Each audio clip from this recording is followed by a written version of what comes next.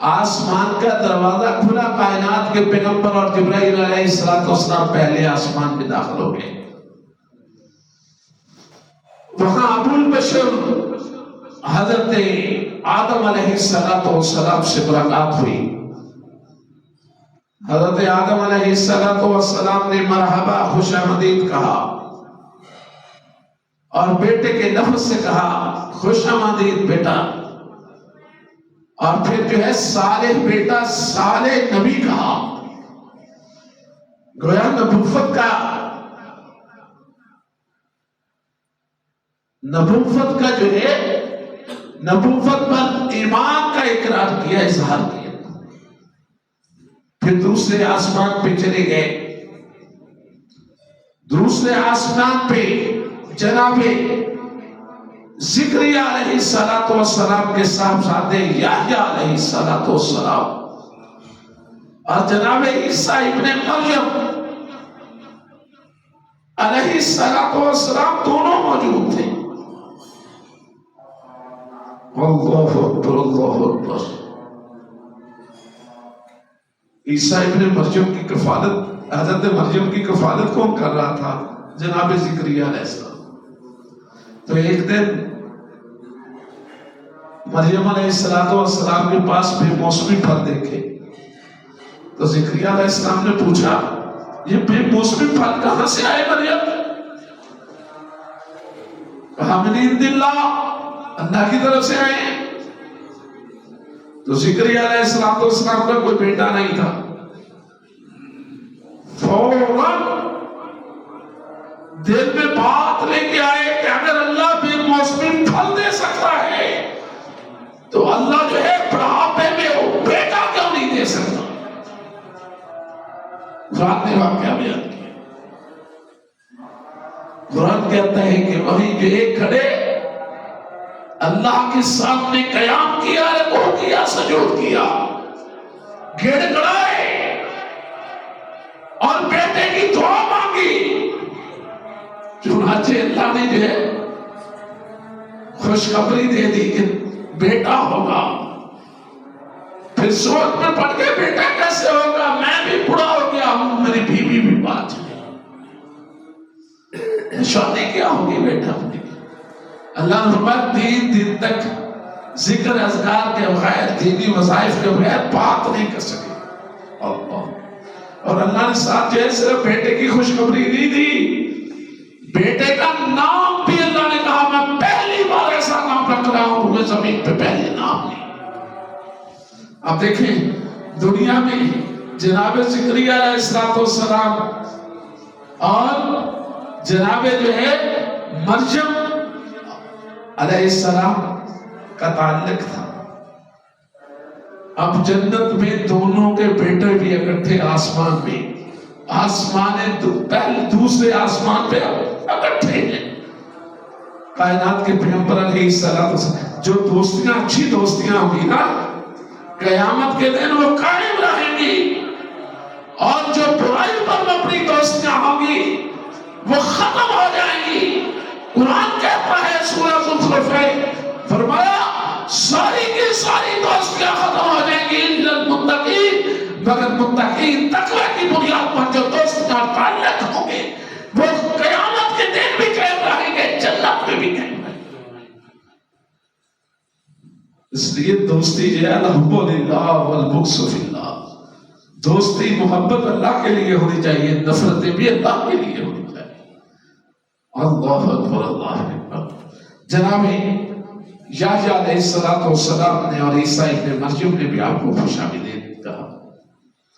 تیسرے آسمان پہ جناب یوسف علیہ السلام سے ملاقات، انہوں نے بھی خوش آمدید کہا، اور پھر جناب ہارون علیہ السلام سے بھی ملاقات ہوئی۔ پھر اگلے آسمان پہ جناب ادریس علیہ السلام سے ملاقات ہوئی۔ پھر چھٹے آسمان پہ جناب موسیٰ کلیم اللہ سے ملاقات ہو رہی ہے۔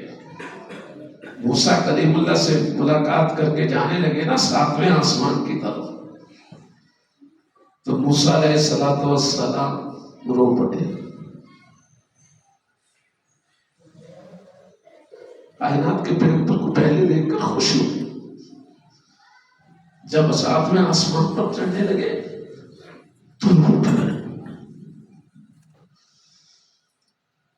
کائنات کے پیغمبر کو بتایا گیا کہ موسیٰ علیہ السلام اس لیے روئے، فرما رہے ہیں یہ جوان کائنات کے پیغمبر کی طرف ہے لگا کر کے یہ آیا مجھ سے بعد میں ہے، یہ جوان مجھ سے بعد میں آئے ہیں، لیکن ان کی امت میری امت سے زیادہ جنت میں داخل ہو۔ اپنی امت کے لیے اللہ اکبر اللہ اکبر۔ کائنات کے پیغمبر کی امت سب سے زیادہ جنت میں داخل ہوگی۔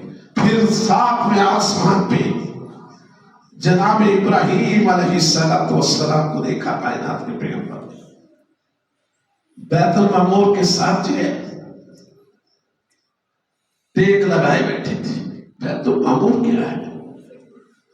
روئے زمین پر سب سے اللہ کا مقدس گھر خانہ کعبہ ہے، مسجد حرام، پہلا اور مرکزی گھر مسجد حرام ہے، اور اسی کے اوپر اللہ نے جو ہے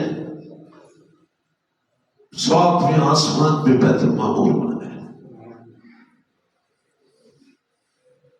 بہت بڑا گھر ہے اللہ کا۔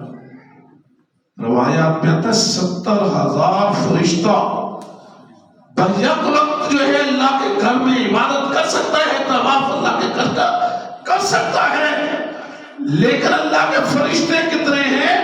فرمایا جس کو ایک بار اللہ کے گھر بیت المعمور کی زیارت نصیب ہو جاتی ہے، وہاں عبادت کرنی نصیب ہو جاتی ہے، دوبارہ زندگی بھی اس کو جو ہے تو قائم قیامت اس کو دوبارہ اس میں جگہ نہیں ملتی۔ کتنی تعداد میں ہے اللہ کے فرشتے۔ اللہ اکبر اللہ۔ جناب ابراہیم علیہ السلام نے بھی آپ کو خوشامد کیا۔ اللہ اکبر۔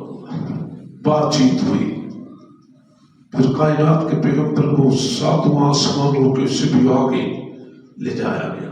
اب کائنات کے پیغمبر کو سدرۃ المنتہا تک لے جایا گیا۔ سدرۃ المنتہا ساتوں آسمانوں کے اوپر، یوں سمجھیے کہ بیری کا درخت ہے۔ اللہ فرمایا اس درخت سدرۃ المنتہا بیری کے درخت کے پتے کتنے کتنے بڑے ہیں؟ فرمایا ہاتھی کے کانوں کی طرح اس کے پتے، اور پیر کتنے بڑے ہیں؟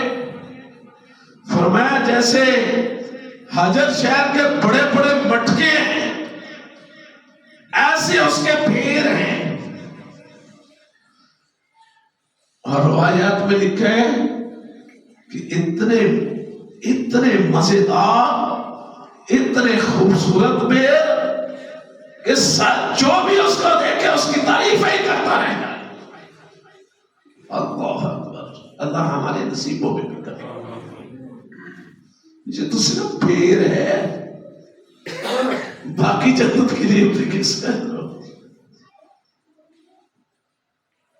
اس کے بعد اللہ نے اپنے قریب اور کر لیا کائنات کے پیغمبر کو۔ پھر اللہ نے اپنی طرف سے ڈائریکٹ اللہ کی اور رسول اللہ کی باتیں ہوئی۔ پہلے تو جبرائیل علیہ السلام وحی لے کے آتے ہیں، یہاں اللہ جو ہے القاء کر دیتا تھا آپ کے دل میں، سینہ انور میں۔ اب ڈائریکٹ اللہ اپنے پیغمبر محمد رسول اللہ صلی اللہ علیہ وسلم سے بات کر رہا ہے، اور قریب کر کے فدنا فدد اللہ۔ مفسرین یہاں دو طرف گئے، کچھ مفسرین نے تو لکھا اللہ نے اپنے بہت قریب کر لیا، تھوڑا سا فاصلہ رہ گیا۔ بعض مفسرین لکھتے ہیں یہاں سے مراد جبرائیل علیہ السلام، اللہ کہ جبرائیل علیہ السلام اور فکان قاب قوسین، یہ جبرائیل اور رسول اللہ کی بات ہے. رسول اللہ صلی اللہ علیہ وسلم نے فرمایا نا میں نے جبرائیل کو 2 بار اصل شکل میں دیکھا. کیسے 2 بار؟ ایک یہی کہتے ہیں اور دوسری بات بھی ہے کہتے میں نے دیکھا زمین پہ ہی تو جبرائیل علیہ السلام کے 600 پر اور ایک بار مشرق میں دوسرا مغرب میں، باقی 600 دیکھ لیں. لوط علیہ السلام کی قوم پہ عذاب آیا نا، روایات میں لکھا ہے کہ جبرائیل علیہ السلام نے ایک ہتھیلی پہ جو ہے نا اٹھا لی پوری بستی اور آسمان دنیا کے پاس ہو جا کے جو ہے الٹا کر کے مارا. اللہ کے بطش ربک لشدید. میں اللہ کے لشکر صرف اللہ نے کئی قوموں کے بارے میں فرمایا کہ رب کائنات نے ان کو ختم کرنے کے لیے کوئی اپنے قافلے نہیں بھیجے، فوجیں نہیں بھیجی. ایک ہی فرشتہ آگے چیخ مارتا تھا، آواز مارتا تھا، ساری کی ساری قوم ایسے ہو جاتی تھی جیسے ہائے